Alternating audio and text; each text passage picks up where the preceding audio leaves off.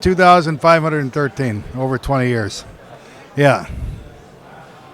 This is Roger Struckoff with Cloud Expo TV on day 2 of the 23rd International Cloud Expo here in Santa Clara, California, and I am joined right now by Edward Dreyer, who is with Steadfast Networks, and he's steadfastly dressed.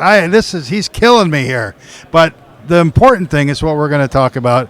We're going to talk about what? Managed services, managed infrastructure, all that good stuff, kind of the state of what's going on right now. Welcome and talk about managed services. Awesome. Well, thank you for having me this morning. It's been a lot of fun, and thank you for the compliment.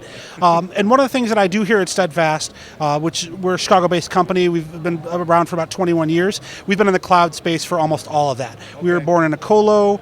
We've moved into managed infrastructure as a service, business continuity, disaster recovery. So it's my job to know specifically about where the industry is going for small, medium business and small enterprise to actually maximize IT value, make things work really well, and more importantly, change the whole paradigm that downtime, which used to last weeks or even days, can be down in minutes if you have a good technology strategy. Well, that's a heck of a challenge, because when you're in that market, the good news is there's millions of potential customers, but there's millions of challenges, and a lot of these companies may not have the resources that they think they need to move to the cloud, and I have a feeling you address that problem.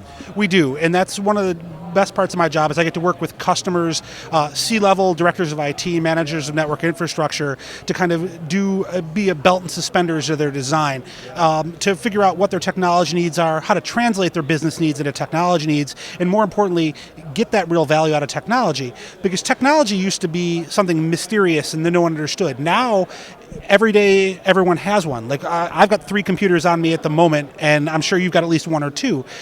It's not a mystery anymore. So companies want to understand it. They want to make a good use of it, and most importantly, they want to get more efficiency for their organization out of it and minimize that downtime. And that's really important for business these days.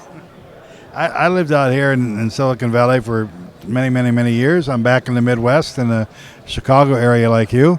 Out here, the mantra is fail fast, and I can tell you in the real world, especially if you're dealing with companies that are not really massive, failing fast is better than failing slow, but failure is not an option in the world that you live in. That's my guess. Well, technology by its nature is going to fail. If you want to be on the cutting edge or the bleeding edge, something's going to fail sooner or later. It's my job, specifically with what I do, is to engineer solutions to either recover quickly or, more importantly, minimize the risk of that. You can talk about technology needs all you want or technology requirements, but the fact of the matter is good IT is really solid risk management. And it's knowing how much you have to spend on technology, how many layers of defense you want from a hardware, software, or disaster sort of recovery perspective. It varies a lot, and more importantly, if you translate it into a risk management, you definitely get the buy-in from the CFO better than anybody. Well, that's true. I get that, but I'm wondering how this might be difficult for you to describe in such a short period of time. How do you balance that? People coming to you with very demanding, they may have a vision and a dream that's actually very complex and demanding, and you got to mitigate the risk at the same time. How do you do that? Deliver what they really want, make them happy, but not to make them take too much risk. The number one thing that you need to do is you need to listen. And this is the truth of anything. Technology is all customer service all the time. It's listen to what their needs are, be able to be reasonable, polite, but firm in saying, help me prioritize. Help me figure out what's most important to you. And the fact of the matter is, when it comes to technology solutions, the truth is that 90% of what a customer thinks is impossible is actually completely doable, and 90% of the stuff they think is really doable is sometimes impossible. So it's a lot of interaction, it's a lot of human interaction and trading and talking and using experience and building on that.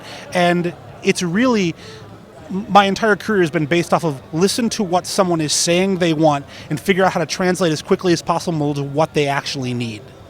You've been doing this for a long time. What are anything surprise you the last 2 or 3 years, like emergence of a particular technology, or what are kind of are there certain hot buttons that people come up with that you got to ease them off a little bit? What's kind of in your head about the trends right now?